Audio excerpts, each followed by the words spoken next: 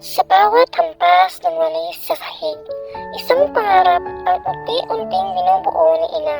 Hindi siya marunong magsalita ng malalim, pero ang puso niya mas malalim pa sa karagatan. Hindi kami magkapareho ng pag-iisip, pero sa kanya ko natutunan ang tunay na pag-ibig.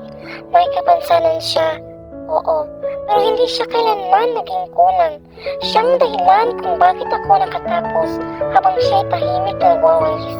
Ang kanyang walis naging tulay ko sa kolehiyo. Ang kanyang pagod naging lakas ko sa bawat pagsusulit. At ngayon, narito ako.